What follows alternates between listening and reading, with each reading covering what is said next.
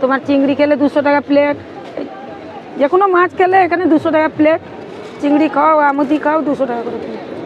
রান্না করলে আমরা রান্না করে দিয়ে দেবো, আপনারা খাবেন বসে। তো তোমরা এটা মানে সাফ করে রান্না করে দিবে, তারপরে 200 টাকা প্লেট, তাই না? প্লেট রান্নাতে কি কি দিবে চলো দেখি। রান্নাতে আমাদের পড়ছে, দেখুন রান্না চলছে না? রান্না চলছে।